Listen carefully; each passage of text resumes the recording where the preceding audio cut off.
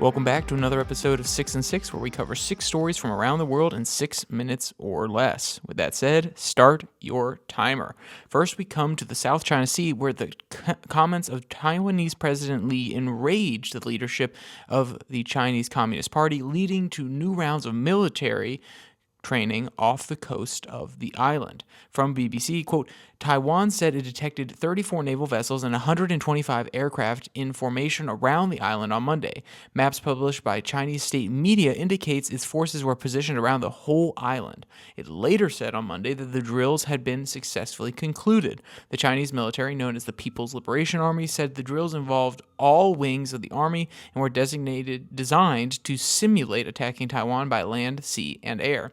The Chinese government went on to claim that the Taiwanese independence movement was incompatible with peace in the region, while officials in Taiwan condemned the military exercise. Next to Australia, where the government has pledged another 95 million Australian dollars, roughly 64 million US dollars, to prepare the nation for the H5N1 strain of bird flu. The closest outbreak of the virus was in Indonesia in 2022. From Reuters, quote, Oceania is the last region of the world free of the H5N1 clade 2.3.4.4b avian influenza that has killed hundreds of millions of birds and tens of thousands of mammals since appearing in Asia, Europe, and Africa in 2020, littering beaches with corpses and upending agricultural industries. Agricultural, Fisheries, and Forestry Minister Julie Collins said the new funding was additional to more than 1 billion Australian dollars being spent to bolster the country's biosecurity. Quote, this strain of avian influenza represents a real and significant threat to Australia's agricultural sector, Collins said in a statement, end quote. Scientists are being extremely vigilant coming into the southern hemisphere spring, as that is suspected to be the most likely time that they would see an outbreak.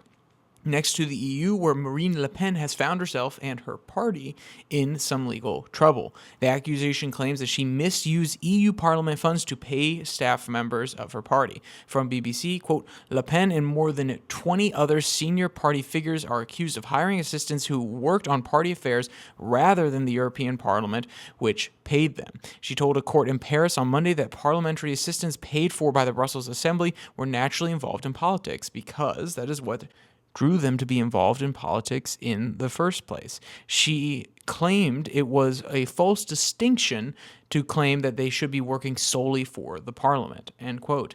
Ms. Le Pen said she wishes to attend as much of the trial as she can, though the newly unfolding situation in her home country will require much of her time. Some see this as a hanging cloud over her potential presidential run in 2027 that could determine the result of that election. Next, we come to South America, where in Brazil, 2 of the largest companies are partnering together in their attempts to decarbonize their operations. From Reuters, quote, Brazil's Petrobras is discussing a partnership with Vale to help the mining company lower carbon emissions. The state-run oil firm's chief executive, Magda Chambarraden, sorry if I'm mispronouncing your name, sir, said on Monday. The 2 Brazilian companies are among the largest in Latin America by market value. Petrobras is already able to provide marine fuel with up to 24% of renewable content and diesel with 5%, said Chambarraden. Sorry if I'm mispronouncing your game answer. Both Vale and Petrobras are looking for ways to reduce carbon emissions in their operations, end quote. Though both companies have committed to being carbon neutral by 2025, there is speculation that these efforts, along with others, could actually shorten that timeline. Next, we cross the Atlantic to Africa, where the battle inside Sudan rages on, this time costing the lives of civilians and shopkeepers in the capital of Khartoum. From BBC, quote, Saturday's airstrikes targeted the main camp occupied by paramilitary rapid support force in southern Khartoum, hitting the central market and nearby residential areas. Traders, shoppers, and local residents were among the victims, end quote.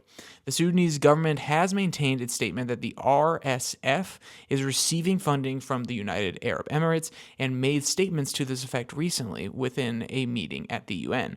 Finally, we look to Canada, where 6 diplomats from India have been asked to leave the country after attempts to remove their diplomatic immunity failed.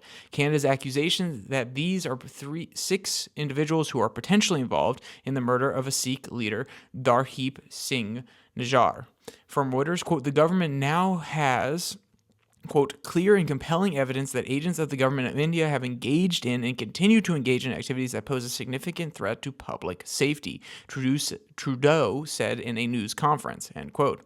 There are reports that Canada is not the only country to experience interference from India. Reportedly, a similar situation was attempted in the United States against another Sikh activist based in New York.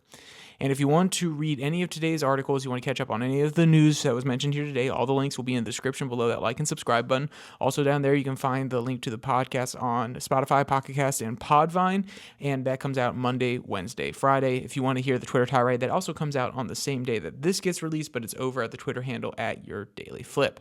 So with all that said, there's only one more thing to say. Stay safe, don't die.